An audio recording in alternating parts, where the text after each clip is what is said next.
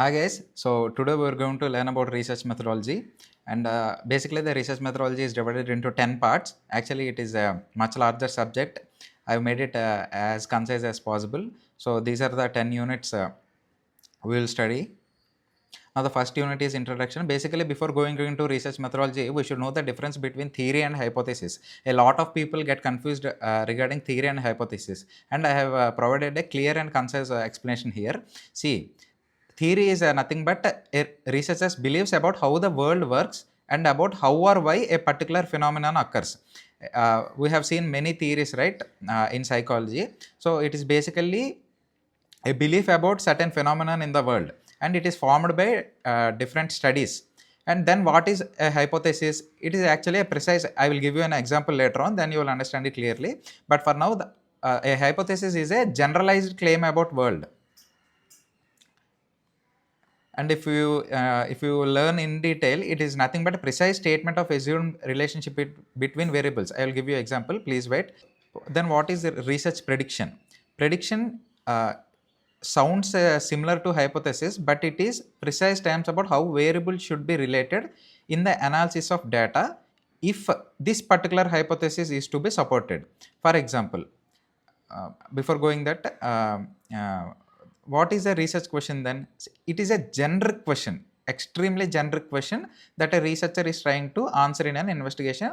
For now, let us learn with an example. Now let us learn with an example. Okay. See, research question is a very generic one.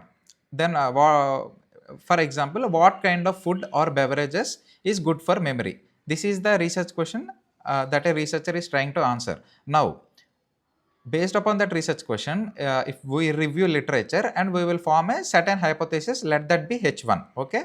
Then what is that hypothesis?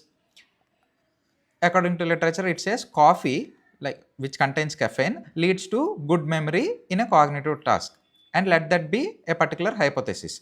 So based on that hypothesis, we will form a research prediction. What is that prediction?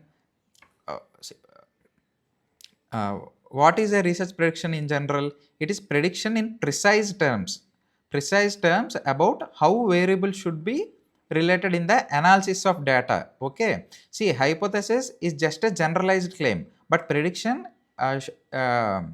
deals with data. Okay, so let us see what that means.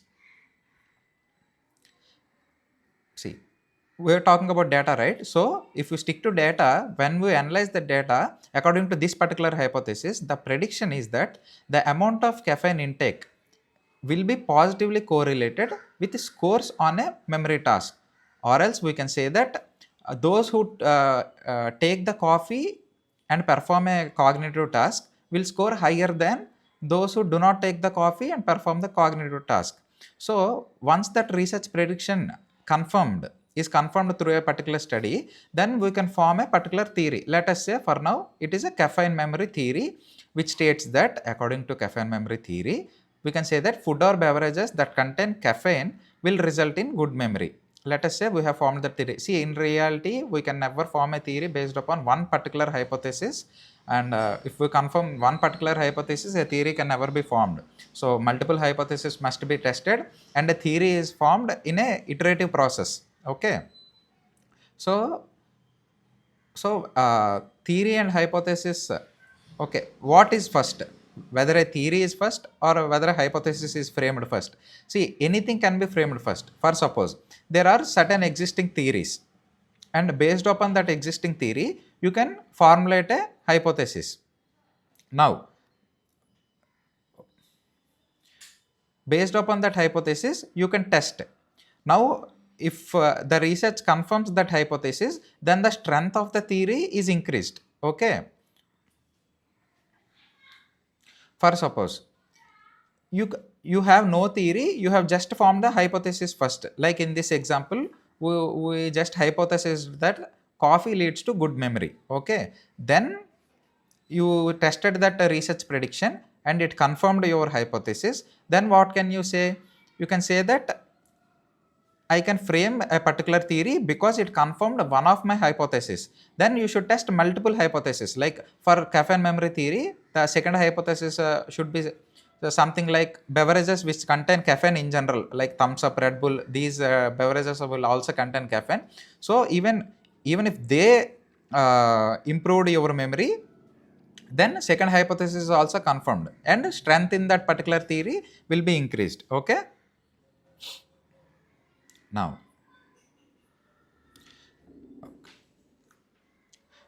see, in general, if we want to answer any research question, we must have these four. Okay. First thing, what shall we measure? Like, what is the thing that we are trying to explain? We should know that. We will learn about variables in detail, and the analysis is not nothing but it is statistics part. We will see it in another lecture series. Now, so first thing is, what are we trying to measure? Like, are we trying to test memory? Are we trying to test anxiety and all? Now, the sample, like whom shall we study? Like on what sample should we study? For suppose, should we study on students? Should we study on adults? Should we study on teenagers and etc. And analysis, what type of analysis we will do? See, actually design and analysis will go hand in hand. Like you should design a particular study for correlation, you should design a particular study on experiments, then the suitable statistical operations will be done in analysis. Okay, so this is basically the plan for answering a research question. Now, let us see, any theory must be falsifiable. Like, what is falsifiability? A theory must be defined in a way that makes it possible to show how they could be wrong. Okay, in a nutshell, a theory must be falsifiable. Please refer to this Ernest Jones analysis of chess in psychoanalytic terms, which is an unfalsifiable theory. Yeah, it is surprising to know, but you cannot falsify that particular theory, because any attempt to falsify that particular theory will add evidence to that theory. Please refer to it. It is a very interesting one. Now, in unit 2, we will learn about research types and methods. See, uh, please know that research types are different, research methods are different. I will tell you, wait. No. This is a research types classification. Any research could be quantitative type or qualitative type. What is quantitative type? See, quantitative type usually deals with numerical data, statistical analysis to measure and understand variables. Okay. It usually focuses on groups at once.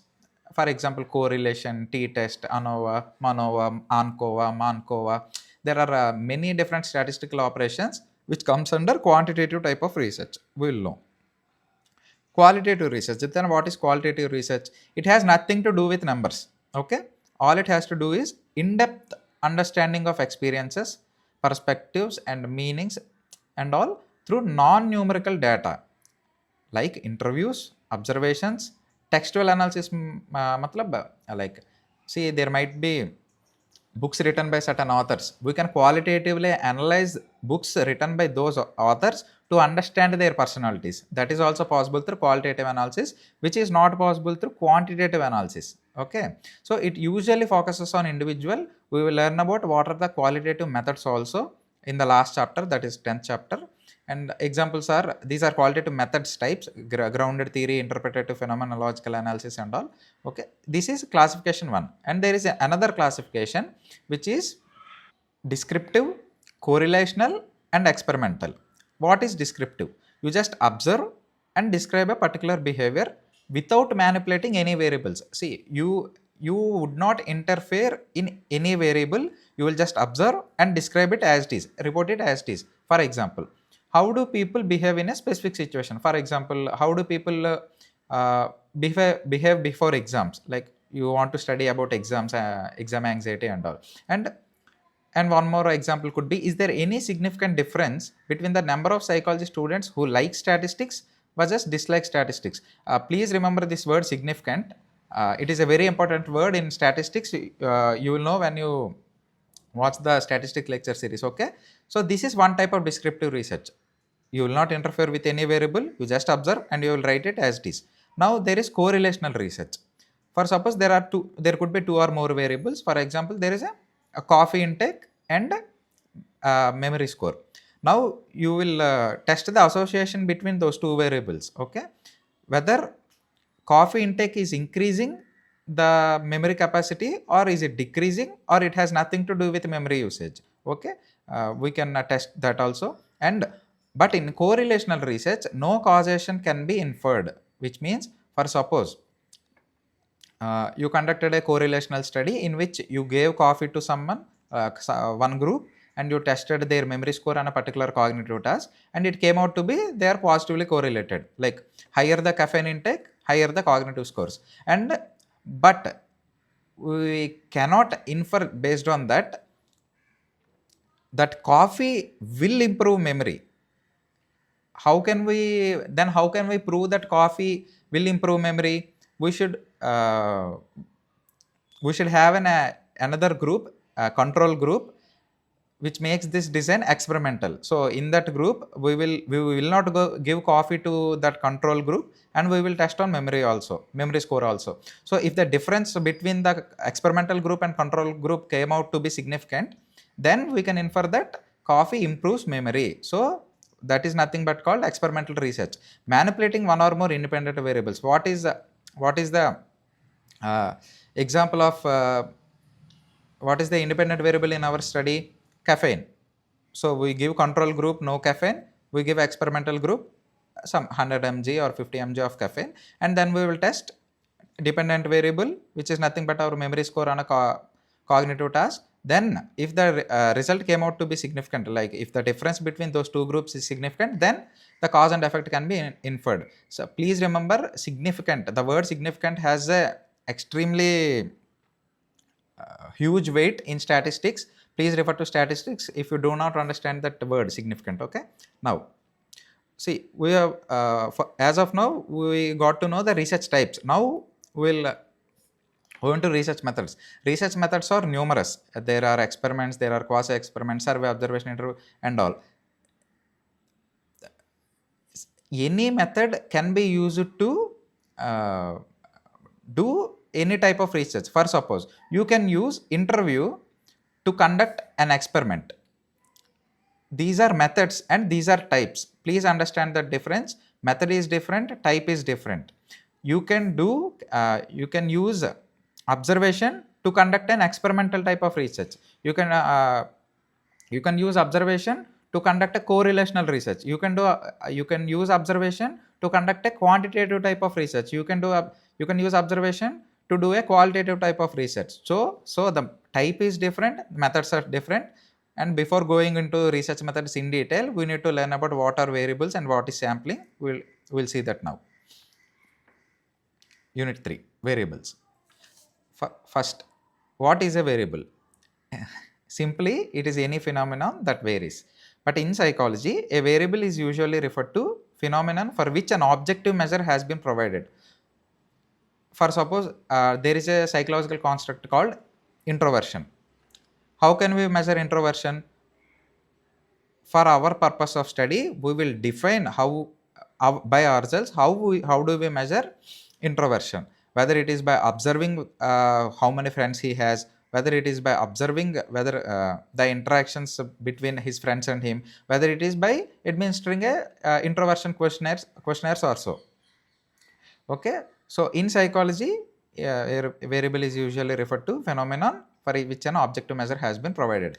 And there are examples: height, time, favorite hero, anxiety, place of birth, intelligence. These are all variables in psychology. And then there are two types of variables. Categorical variable is nothing but you can place them discretely into either one category. See, for suppose there is place of birth.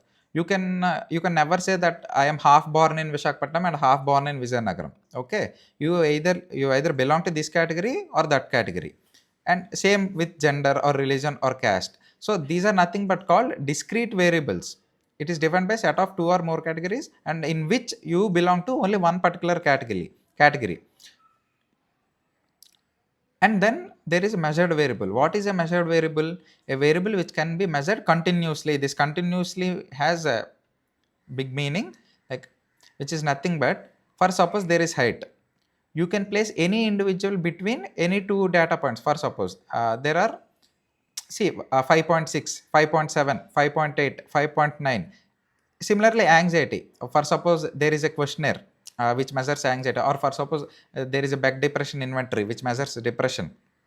So in which we can give them continuous scores. You scored 10, you scored 15, you scored 16. So these are continuous measures. It is nothing but like a scale. You can place an individual on any point in between the scale.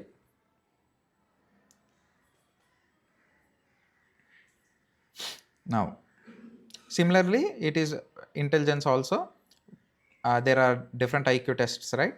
Now, so now, what is a hypothetical construct?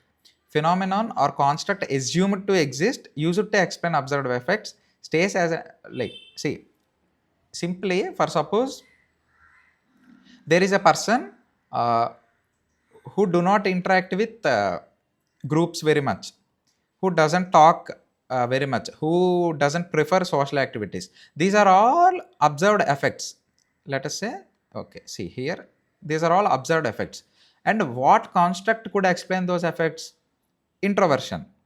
See, phenomenon or construct, let us say introversion is our construct. It is assumed to exist, used to explain observed effects. What are these effects? Not talking much with friends, not mingling with friends, and not going into group activities or such.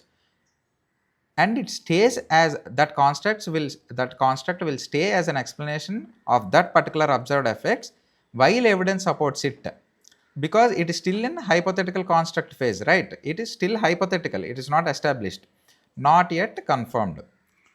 For suppose once upon a time introversion, anxiety, openness, conscientiousness, these constructs are all hypothetical constructs, but as of now they are well established psychological constructs. Why? They have conducted different studies, they have performed statistical operations like factor analysis and all, confirmatory factor analysis, exploratory factor analysis, principal component analysis. These are all statistical operations which will confirm a construct by using numbers. Okay, so there are hundreds of studies which did that, and now they are well established. Okay, so this is nothing but hypothetical construct. And what is an operational definition? For suppose uh, there is no construct which can explain a particular phenomenon or a particular effect. So now what you are trying to do is you are trying to establish an entirely new construct. But before establishing an entirely, for suppose introversion is there, a few years ago introversion word itself is not there. Then how come introversion word came out to be? They gave an operational definition before establishing that as a real construct. How can we do that? We will define a phenomenon in terms of the precise procedures taken to measure it. For suppose how can we measure introversion? We can ask a candidate how frequently he will interact with, he will indulge in social activities, or we can ask his friends like how close he will behave. So these are all uh, definitions of precise procedures taken to measure it. That is nothing but called operational definition. For example, there is short term memory capacity. How can we the operational definition for short term memory capacity is, according to our study, the longest list of digits for which the participant has perfect recall in more than 80% of trials. You can define your own definition. You can do 90% of trials, you can do 100% of trials according to your own study. All right. Similarly, anxiety. Number of times a person looks at the clock. See, it will depend upon your study, it will depend upon your own evidences. What kind of operational definition you want to give your construct. Number of seconds a person's heartbeat crosses 100 beats per minute, etc. Okay. Now, there are different types of variables. All these variables are mainly related to experiment, but knowing them in general will help you. You might already know independent and dependent. What is an independent variable? A variable which an experimenter manipulates and which is assumed to have a direct effect on the dependent variable. For example, we have talked about coffee and memory example, in which the coffee is assumed to have an effect on memory. So what I will do, I will manipulate the coffee intake for different groups. For control group, I will not give coffee. For experimental group, I will give coffee. That is nothing but called manipulation, and it is assumed to have a direct effect. And what is dependent variable in our example? Memory score, variable that is assumed to be directly affected by changes in the independent variable. I forgot to mention IV here. Now, then there is confounding and extraneous variable. Please listen carefully. There is a big confusion between confounding and extraneous variables. See, in general, extraneous variable is anything other than independent variable that could affect dependent variable randomly.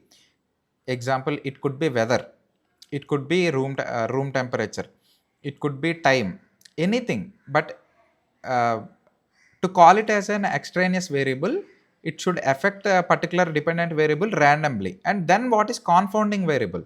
Same, it is similar to extraneous variable, but it will affect a dependent variable in a systematic manner by varying with, see, variable that is uncontrolled, which uncontrolled is nothing but an extraneous variable, affects the study by varying with independent variable in a systematic manner. Okay.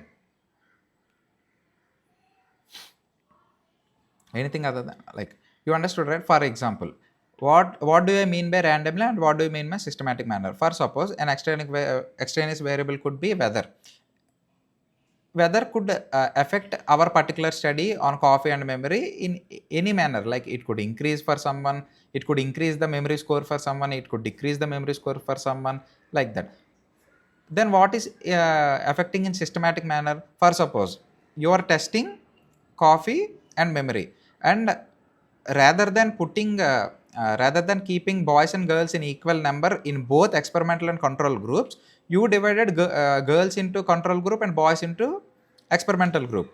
For suppose if there is a IQ difference between both of them, or in general if they both have an innate ability for higher memory, let us say girls have a higher ability to memorize things than boys, then will it affect our study randomly or systematically? Obviously systematically. Why?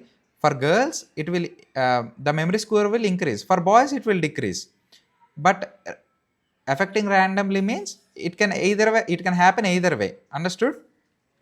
Now, then what is participant variable? It is nothing but variables of participant that differ across different experimental groups. Same, for suppose we have divided girls into control group, boys into experimental group, which is nothing but participant variable, which is also a confounding variable in our case, okay, and might affect the results if not controlled. Example, does coffee improve memory? See here, let us say we administered computer based test on one group, paper based test on another group. We administered computer based test for experimental group, and we did paper based test for control group. Tell me whether this will affect the entire study systematically or randomly. Obviously systematically, because CBT will either increase or decrease only on one group. Similarly, PBT is also increasing or decreasing only on one group. Okay, that is why it is called as confounding variable. Now, ambience is obviously a random variable, which is nothing but extraneous. Male versus female, which is nothing but participant variable, which could also be confounding variable depending upon our study.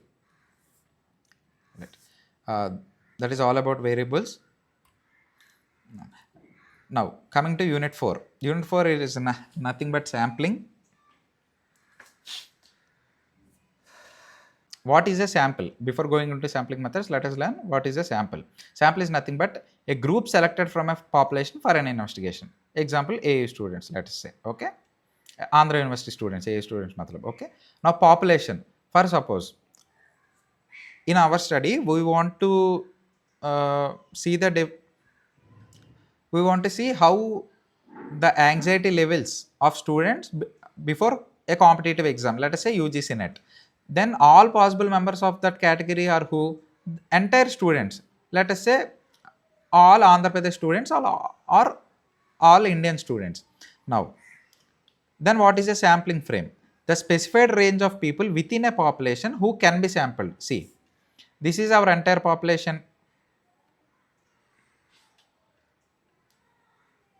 This is our entire population. All Indian students or all Andhra Pradesh students, let us say. The entire population is 10,000 members. Now, what is a sampling frame?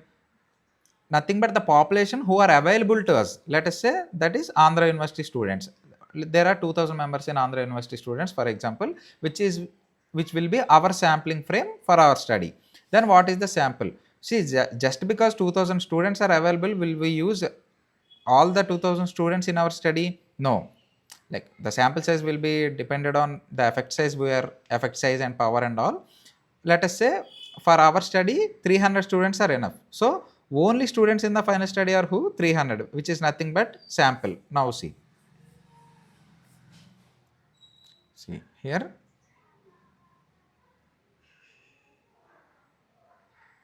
all possible members of a category is nothing but population, and sampling frame is nothing but the population which is available to us, like who can be sampled.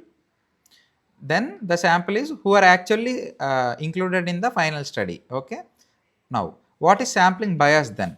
See, in certain samples, the exact representation of different groups is not possible, and in such cases, there is a systematic tendency towards over or under representation of some categories in a sample. For example, if, like, we want to learn study students, right?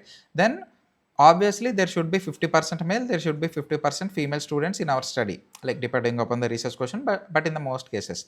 Then if we study, if our sample included 90% female but 10% male only, then obviously the sample is biased. Such a sample is called as biased sample. Okay. Now,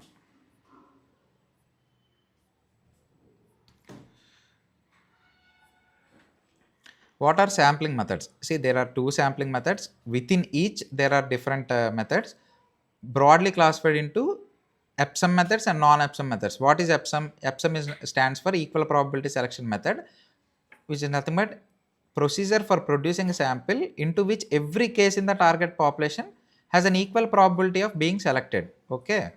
Non-Epsom methods is nothing but the reverse case, a sample into which every case in the target population do not have that equal opportunity for being selected. We will go in detail. First one, there are 4 Epsom methods. First one is simple random sampling, or we can say it is nothing but basic Epsom method. The definition for both of them is same. For example, you have 1000 students. You have an Excel list, and you will generate a random for suppose you need 300 students, out of which you need 150 male, 150 female. You go into MS Excel, use the rand function, you generate random numbers, and you sort them in decreasing or increasing order. You will pick the 150 girls who came out to be on top, you pick the 150 boys who came out on the top, which is nothing but random method. Then there is systematic random sample. For suppose you have a attendance register in which there are 100 students and you need 20 students. Then what we will do, you will pick every fifth roll number, like roll number 5, roll number 10, 15, 20, 25, 30. This is nothing but systematic random sample. And for systematic sampling to be called random, you must pick that number. Like I said, fifth roll number, right? You must pick that particular number randomly. It could be either 6, it could be either 8, it could be 9, anything else. Like by cheats or Excel, you can pick that number. Then there is stratified sample. Stratified sample is nothing but, for suppose you want to study different caste groups. Okay. In India, the population, what are the population statistics? OBC category are 52%, SC 15%, ST 7.5%, and the remaining are other castes. So if your sample is made by selecting members proportionately of that particular target population, then it is nothing but called a stratified sampling method. Okay. Each case has a different use, for depending upon the hypothesis you want to answer. For suppose if you want to generalize your study results to the target population, then you will use stratified sample. Or else, for suppose you just want to know whether some psychological effects exist between males or females, between different caste categories and all, then you will use a different sample. Okay, in which all categories must be equally represented, like 150 boys and 150 girls, such that, like, what kind of sampling you must use depends on the particular hypothesis. Then there is a cluster sample. For suppose your target population is engineering students, obviously you cannot test entire engineering students. Then there is subgroup AU engineering students. Let us say we take Andhra University engineering students. Then no, for suppose your for your study 3000 members or 2000 members are not required as such in present in AU. Then what we will do, you will just go to any one department, CSC, mechanical, or ECE, anything. You will just pick those department students, which is nothing but called a cluster is nothing but called a subgroup of a subgroup. That is a cluster sample. See, any sample must be representative of population in order to generalize the result. For example, you want to say the results of my study can be applied to any member in the population, to say that it must be representative of population. For suppose your population has half your target population, let us say engineering students has 50% male students, 50% female students, but your sample consisted of 90% male students and 10% female students. You cannot say that my results can be applied to the target population. So in order to apply your results, in order to generalize those results to the target population, your sample must be representative of the target population. And in most cases of the study, in most cases of research, the ultimate aim is to generalize such findings. Okay. Now there are non-epsom methods. There are six, there are 4 non-epsom methods. First one is quota sampling. Quota sampling is nothing but, see, you will pre-specify a particular number which is not proportionate of target population. That is very important, because if it is proportionate of target population, it will become a stratified sample. So if it is not, it should not be proportionate of target population, and you will pre-specify a particular number, and you will select individuals with certain background characteristics so that it fulfills your pre-specified number. For suppose you want to study students, the anxiety of students in like before exams, and you want to generalize those findings to all.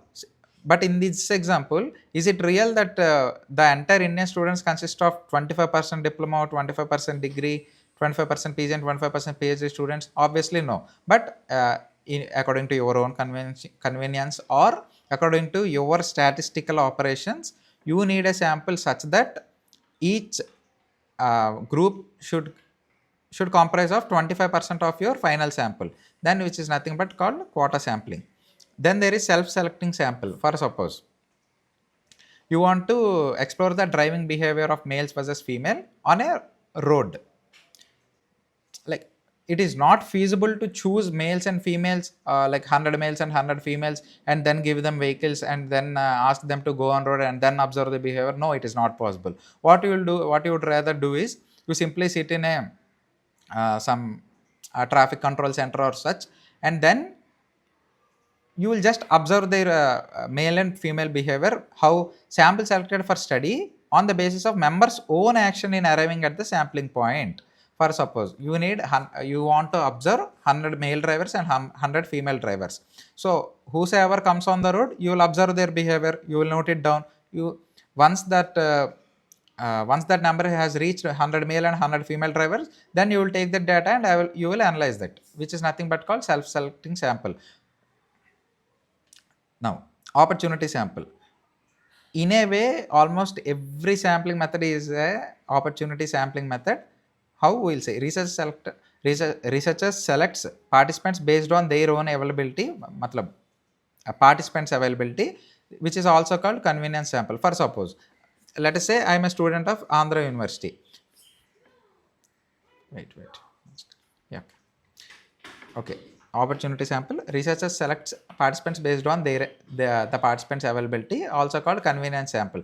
Let us say I am a research scholar at Andhra University, for example, and I want to study about students' anxiety or depression or addictions or something. Then obviously, which students I will pick? Andhra University students only. Why? Because they are convenient to me. So it is usually also called a haphazard sample because of the tendency to pick participants with bias and not randomly. Okay, like with bias, matlab, for suppose you just need 20 students for your study, then obviously you will call students who are more responsive to you, who, okay, so such biases will be there in the minds of researchers, which will make it a haphazard sample. Okay, it might affect the study. Then there is fourth method called purposive sampling, selecting individuals who are likely to be able to make a significant contribution to the data collection for a qualitative project. That is very important. Qualitative project, we'll see. Like, you will get to know the difference between qualitative and quantitative when we study the qualitative methods in the final chapter. Okay, and if you want to know in detail the quantitative methods, please refer to statistics lectures. So, like, why these individuals are likely to be able to make a significant contribution? It is either because of their specific experiences or because of their expertise on a topic. For example,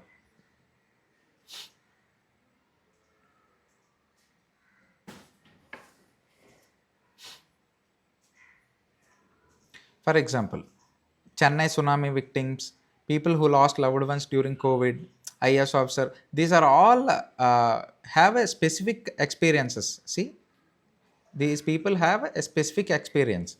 So that is why these people, if you want to focus on only these people, you should use purposive sampling. In purposive sampling, there are four methods. Snowball sampling. Snowball sampling is very simple. Participants recruit other participants. For suppose you are conducting a survey, and you are conducting a survey on an on IAS officers. You will go to an IAS officer, you will tell him about the study, you convince him to fill your survey, but you don't have access to many IAS officers, right, as a student or research scholar. Then what you will do, sir, please refer to other officers in your batch, or please refer to your friends. You can say that. So that is so when your participant who is an IAS officer will refer to another participant, that is nothing but called snowball sampling. And then there are certain critical cases, or we can say rare cases or novel cases also, in which people with, like, those cases are those particular cases will add information which the general population cannot give. For example, people with rare neurological condition, rare psychological disorder, etc. Then there are focus groups. Data is collected through group interaction. For suppose you call 100 IAS officers, and you will divide them into groups of 5 groups each. You make 20 groups, and you spark a discussion with a question. For suppose, what could be done to reduce the student suicides, for example, let us say. Then the discussions will be going on. Then you will just note down what kind of answers each IS answer, like each respondent is giving, so that you will do the qualitative analysis at the end from that entire data. Then there are panels, selection of experts or people with a particular interest in a topic. So for suppose your study needed expertise in a particular instance, for let us say your study needs someone who has expertise in quantum physics, let us say, for suppose. Then you will see, then you will recruit scientists who is working on quantum physics laboratories and all. That is nothing but called panels. Okay, now let us learn experimental designs. First thing, before going to experimental designs, let us see what is an experiment. It is nothing but a research design in which an independent variable is manipulated. We already talked about what manipulation is. And a dependent variable is measured for changes caused by the independent variable, while controlling for all the other variables like extraneous variables, confounding variables, and participant variables to as much extent as possible. Okay. In an experiment, a clear cause and effect relationship is established. We have already talked about this. In correlational research, we cannot establish a causal relationship, but in an experiment, we can definitely establish a cause and effect relationship. Now, there are 3 groups. In general, there are 2 groups, but placebo group is context dependent. For, let us say, we want to know whether the caffeine will increase the memory. What we'll do is, we'll place different participants in each group, in control group, experimental group, and placebo group. Then we will not give control group any coffee. Group which does not receive the treatment. What is treatment here? Coffee. We will not give coffee to them. then we will directly administer the memory test. Then there is experimental group which is treated with independent variable. For example, given coffee before memory test, and then we will administer the particular test. This is also called as treatment group. Then okay, these two are simple and clear. Then what is placebo group? First up, a group which is made to believe that they are treated but in reality not. Placebo group is nothing but a group which is made to believe that they are treated but in reality not. For example, you assume that when a participant knows that this test is based on coffee and memory, he will obviously expect that coffee increases memory. Then if we give to coffee to the experimental group, we will not and the memory is increased, we will not know whether it is really that coffee increased memory, or is it just the expectation of participant that coffee increases memory, so he or she should be more careful in memorizing things. We don't know such participant effects will exist in experimental studies. So in order to eliminate those participant effects, we will include a placebo group. So into placebo group, we will give a particular beverage. We will say that it is coffee, but it will be decaffeinated, which means we will remove the caffeine content from that coffee, and then we will compare three groups: control group, experimental group, placebo group. So in order for our hypothesis to be true, what must happen? For control group, for placebo group, the scores must be, the memory scores must be low when compared to experimental group, right? Okay, now let us see what are the features of a true experiment. There must be a manipulation of an independent variable. In our case, we manipulated the intake of caffeine between different groups. Done. There must be random allocation of participants to different conditions. For suppose you recruited 500 members to participate in your study. Then what you must do, let us say 600. Then what you must do, you must randomly allocate some 200 members to experimental group, some 200 members to placebo group, some 200 members to control group.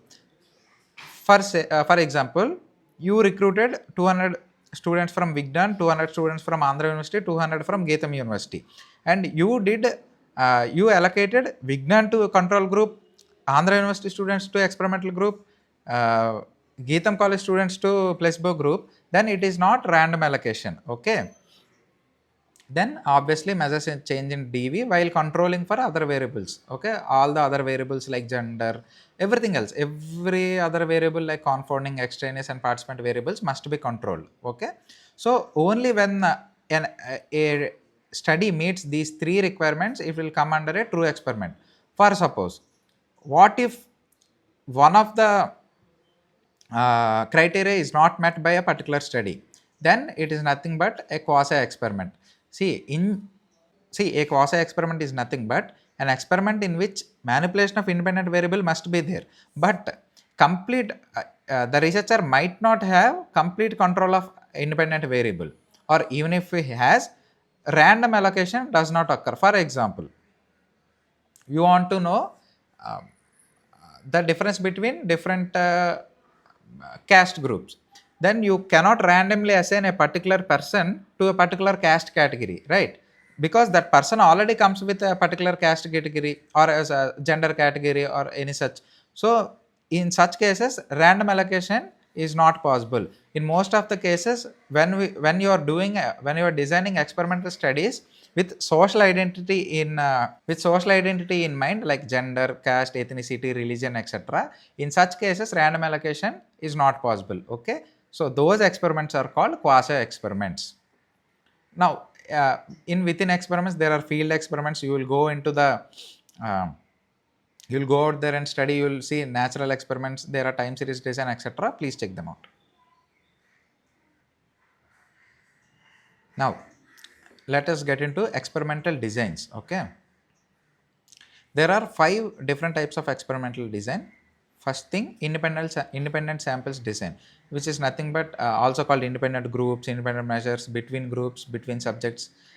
See, these between groups and between subjects notation is important, because when we study statistical tests like ANOVA, ANCOVA, MANOVA, MANCOVA, the usual notation in those is between groups and between subjects. Okay. Now, what is independent samples design?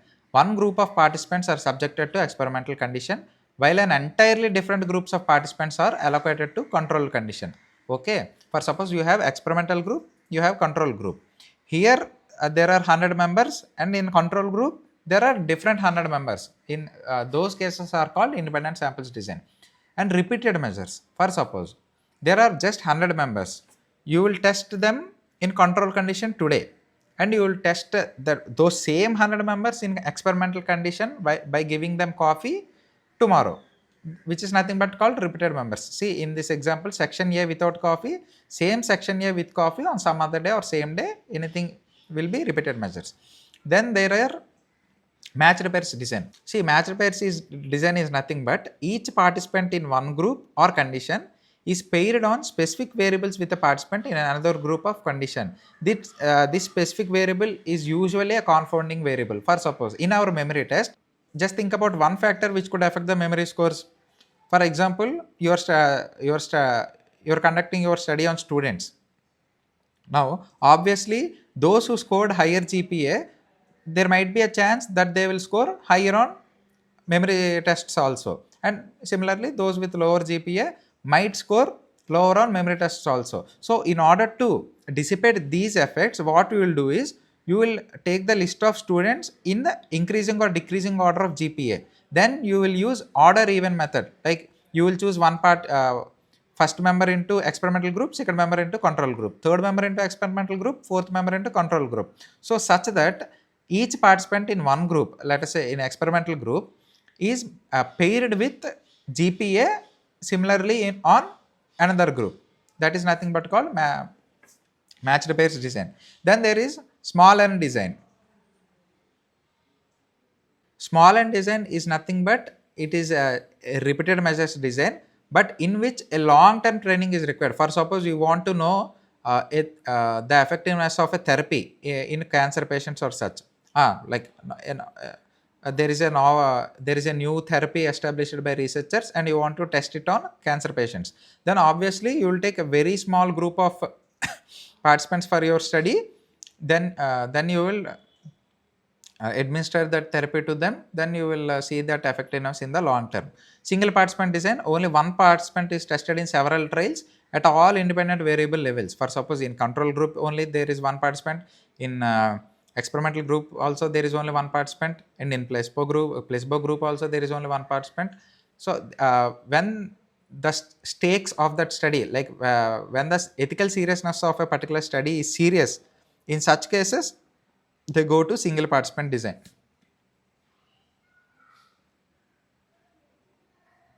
Now, see, this is a detailed classification. These are, we should not say classification, these are just types of experimental design. For suppose, in related designs, individual scores in one condition or individual scores of one participant can be paired with scores of other conditions or other participants. Where this will happen? In repeated measures and matched pairs design, we designed our study in such a way that individual scores in one condition or participant can be paired with other condition or other participants from different group. So those designs comes under related designs. Okay, what are those designs? Repeated measures and matched pairs design. Now, unrelated design which does not match, it cannot be paired. Like in the example of independent samples design, we cannot match a particular score in one condition to another condition because those two groups are entirely different. Then there are multifactorial designs. For suppose as of now we are studying coffee and memory, right? You also want to know whether coffee has different effect on gender. Then there will be two independent variables. One is coffee, the second one is gender. Then you want to see whether coffee has different effects on memory in different genders. Then there will be two independent variables, coffee and gender. Okay. Now, coming to unit 6. Unit 6 is all about observational methods. See, observation can be used either as a technique or either as a particular research design. What is technique? I have already told that observation can be used to conduct an experiment or to conduct a qualitative study or either a quantitative study. So you can use observation just as a technique, or you can employ observation as a pure research method. How? Study that is solely observational and does not include any experimentation comes under observational studies. And there are two, for suppose, there are two types of observations: naturalistic and controlled. Naturalistic observation is nothing but you will observe them in natural settings. For suppose you want to observe students, you observe them in classroom, and you observe them in wild, like you observe animals in wildlife, etc. Then there is controlled observation, which is done in a controlled setting like lab or observation room. Okay, each has its own advantages and disadvantages. We will not be discussing in detail right now. Then there are different stages of observation, okay, which ranges from participant, full participant to full observer, which means participant to non-participant. Okay, stage 1 is full participant. Research role is completely hidden. Researcher role is completely hidden. For suppose I come as a researcher to particular university and I take admission into that university and I mingle with students, friends. Everyone knows me just as a, it is nothing but like a spy role, spy. Okay, I'm just a student to them, but only I know my research goal. Okay, then there is a stage 2, which is participant as observer. For suppose I come as a student, I interact with the students like friends, I interact with faculty like a student only. Full interaction is there, but everyone knows my research goals. Okay, like every like students knows my research goals, faculty knows my research goals, but still I interact with them and conduct my research. And then there is a third stage, which is nothing but called observer as participant. In this stage there will be limited interaction, like I try to maintain as a neutral role as possible. I will not be a friend to anyone, I will not be a good or bad student with anyone. I'll try to stay in that gray area and I will try to do my observations. Obviously the goals will be known to everyone because I'm an observer. Then there is full observer, which happens usually in lab settings also. There will not be any interaction between researcher and participants. This is nothing but called strictly non-participant observation. You will just stay somewhere else, like you will just stay outside of that research setting and you will observe the participants being as a non-participant and completely researcher. Okay, now unit 7 is all about self-report methods. See, self-report methods is a general term for methods in which people knowingly provide information about themselves. We will be dealing with just 3: interview, survey and diary method. Let us say there are a few factors which influence self-report method. For suppose an identity of a person will influence how they respond, like how they report themselves. And then there is personality. Obviously an introvert might feel shy or anxious in revealing certain important personal information. In your neurotic, pessimistic, there are different personalities, right? Each will interact, each will respond differently in self-report methods. Then there is obviously social desirability bias. For suppose you give a questionnaire to someone to fill and it has something to do with attitudes towards women or attitudes towards transgenders or such, then obviously he or she wants to portray himself as a good person, which is nothing but called social desirability. So in such cases obviously they will give false information.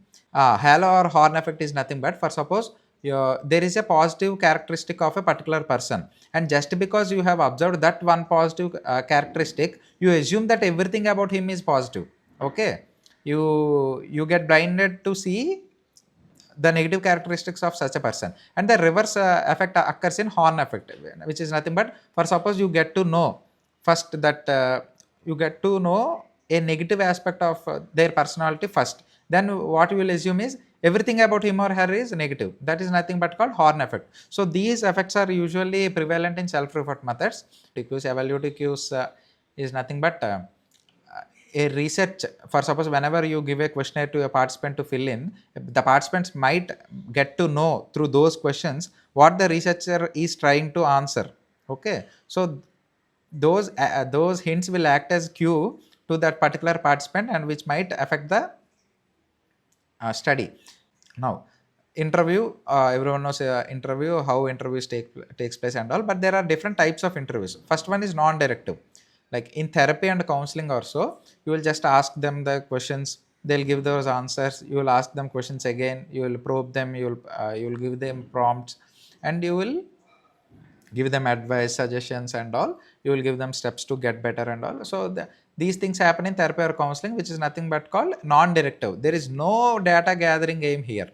Then from informal, starting from informal, we have research data gathering game, but they will vary likewise. See, in informal interview, there is a research data gathering game. But there are no strict rules. You can question them whatever you like.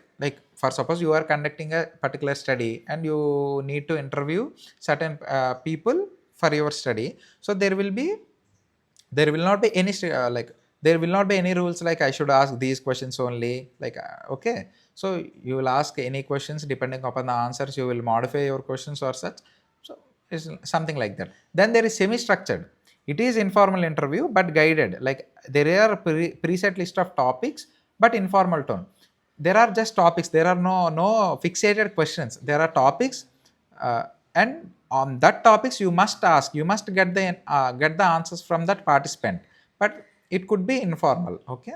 Then there is structured interview, but structured but open-ended interview, which is nothing but called, there are preset questions and for which there are predetermined order, but answers could be open-ended. Okay. So you will be given a list of preset of questions. Only these questions you should ask, only in this order you must ask, but the answer that participant can give their like open-ended answers. They can give any answer to that. Then there is a fully structured interview, which is 99% close to a survey. There are preset questions in a fixed order. The answers are also fixed, more like a survey. Okay.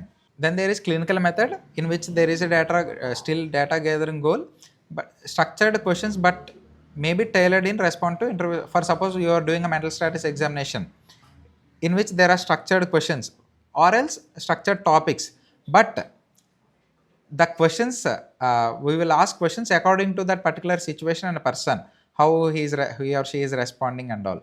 So if you modify in such a way, it is nothing but called a clinical method. Okay.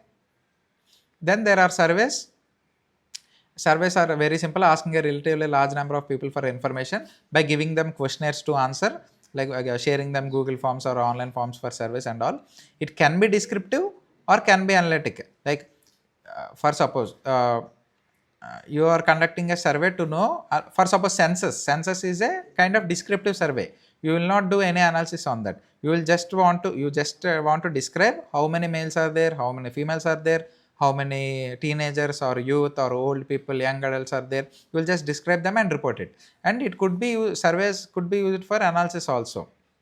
For suppose you want to know uh, the the correlation between social media usage and depression, then what you will do, you will give them a questionnaire which asks about their social media usage, the frequency of their social media usage, and you will give them another questionnaire in which you will administer back depression inventory. Then you will correlate both the scores on both questionnaires. Okay. Then there is dairy method. uh, da- Dairy method is nothing but in which the researcher or participant, mostly participant, makes a regular record of relevant events. For suppose you want to study, you want to perform a correlational study between social media usage and depression, similar one. Participant takes note of how many times he or she used social media for each 4 hours or for 24 hours, 6 hours or 12 hours, depending upon the study and feasibility. So at the end of the, like for suppose you want to take the data for 1 month, then at the end of the 1 month you will take the dairy, you will note down for each 4 hours or for each day how many times he or she used social media. And then at the end or at the beginning or meanwhile you will administer back depression inventory, then you will correlate both of them. Then there is another example, a qualitative study of transgender employees in a company. Participant summarizes their daily experiences every day in a dairy. Sorry, spelling mistake. Okay. In a dairy. Then you will take the dairy, you will take brief notes, and you will do qualitative analysis by using one of the methods which we will see in the chapter 10. Okay. Now coming to unit 8. Unit 8 is nothing but case studies, role play and simulation. We'll see what they are.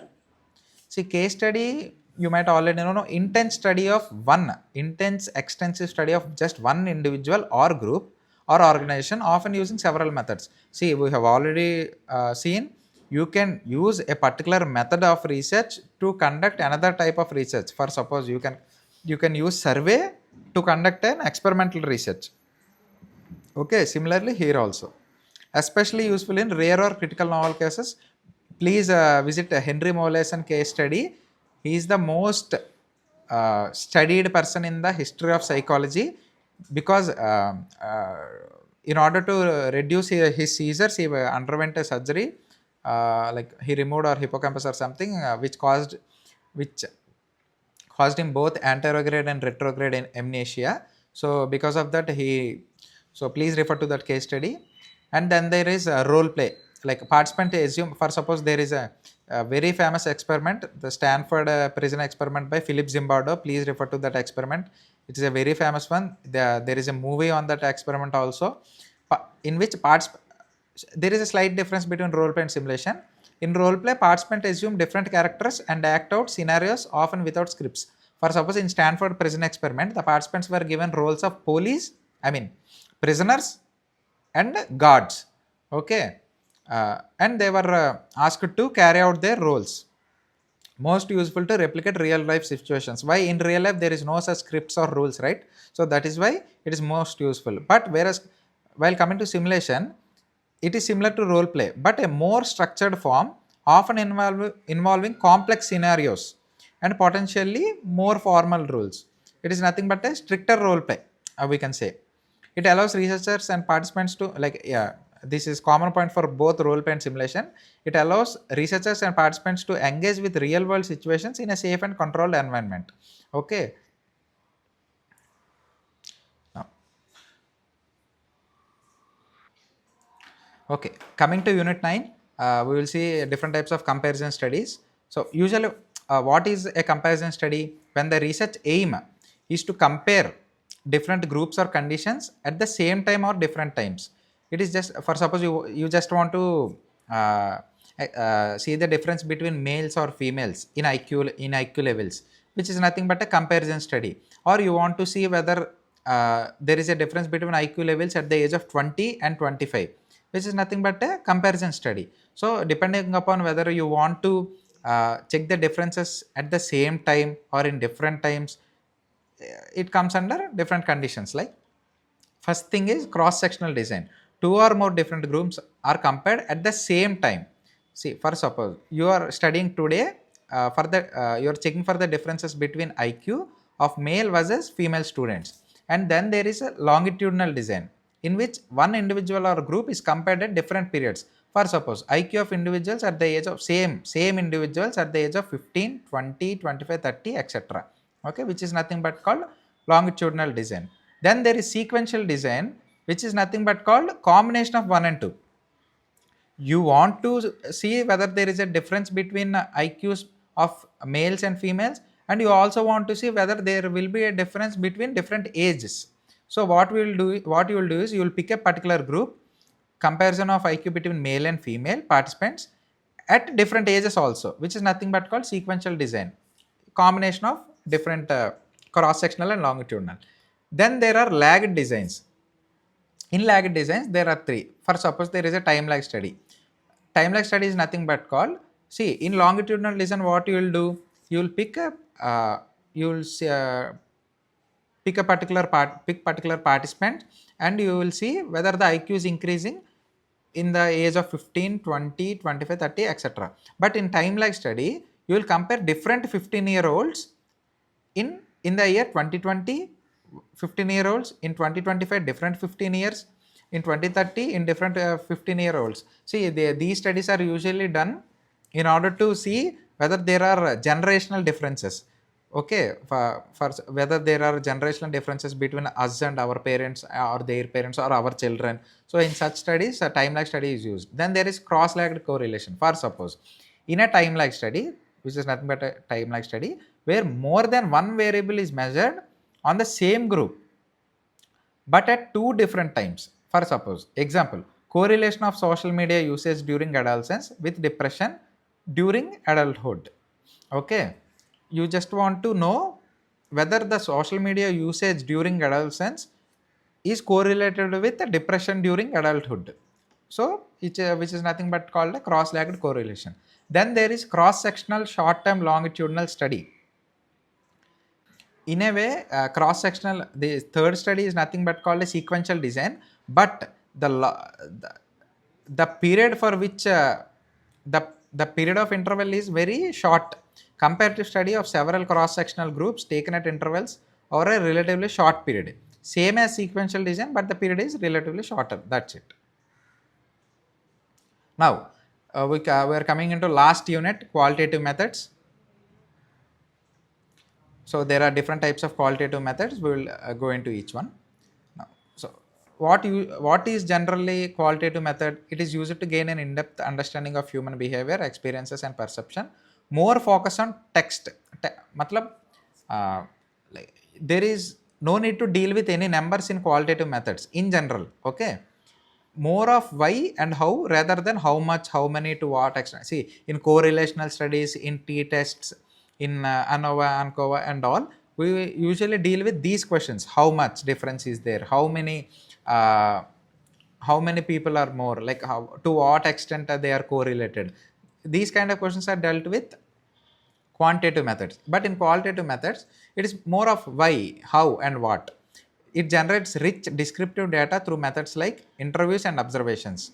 In a way, qualitative methods generates hypothesis for further quantitative analysis. See, usually you will use qualitative methods to see whether there is a scope of testing for particular hypothesis quantitatively.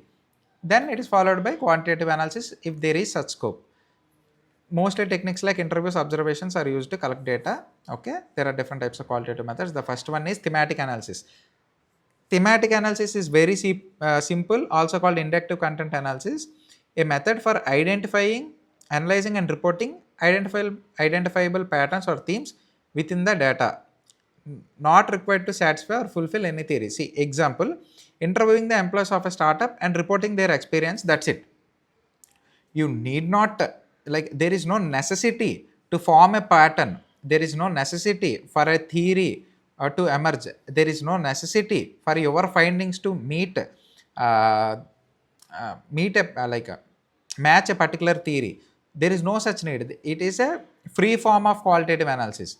Then there is grounded theory analysis, grounded theory method, in which qualitative data is analyzed systematically but keeping in mind to form an explanation. See, data is not gathered to support or challenge an existing theory, but instead a theory is emerged from the analysis of gathered data. Okay, and this theory is called emergent theory. Then, okay, now you have analyzed data. Okay, you formed a particular theory. Now that theory is called emergent theory. Okay, how to confirm that theory? There are different steps. First one is constant comparative analysis, which is one of the steps in the grounded theory itself. You will regularly check the emergent theory with raw data in order to rearrange and produce the tightest fit of theory. Okay, for suppose you have collected data from 100 participants, you formed a particular theory. Then you will collect more and more data from more participants to see if this theory is already fitting that emergent, like if your emergent theory is already fitting the data or whether it needs any modification. You will do it constantly, which is why this is nothing but constant comparative analysis. Then there is theoretical sampling, similar to the previous one, but it use of purposive sampling to collect data that might support or contradict an emergent theory. See, now from constant comparative analysis, you produced a tight fit of a theory. Now what you want to do? You want to collect further data which will either support or contradict your emergent theory. So that is nothing but called theoretical sampling stage. Then there is negative case analysis, intentionally seeking contradictions of emergent theory in order to adjust that particular theory. For suppose you have framed a theory, now what you will do is you intentionally seek particular instances which will not match your theory, so that you will modify your theory to which will fit the larger data. Then the last stage is saturation, in which whatever the theory you formed, is ready to publish. For suppose where additional data, like any additional data, do not make any significant contribution to the emerged theory or framework. Okay. Now, the third qualitative method is nothing but called interpretative phenomenological analysis. It is nothing but an approach that tries to explain an individual's experience from their own perspective as closely as possible. This is a very interesting one. It also explores how a participant understands their personal and social worlds and gives meaning to particular experiences, events, states, etc. For example, this is the best example. Why Sigmund Freud emphasized on sexual experiences shaping mental health of individuals? Because an interpretative phenomenological analysis of Sigmund Freud, his biography and all, revealed that it might be because he is born during Victorian era, during which period having sex other than for the purpose of having children is seen as taboo, and that is the reason he emphasized that sexual suppression, like the suppression of sexual urges, shaped their mental health. So that's, see, it is IPA is a way to look at someone's world through their eyes. Okay, thank you so much, guys. This crash course is an entirely beginner course. This is just a vague overview of all the research methods, but the research methods are much detailed, and if you want to refer, there are many books out there. Please refer to them. I'll share the relevant books in the description also, and please check it out, scirocket.com. Thank you, guys. Thank you.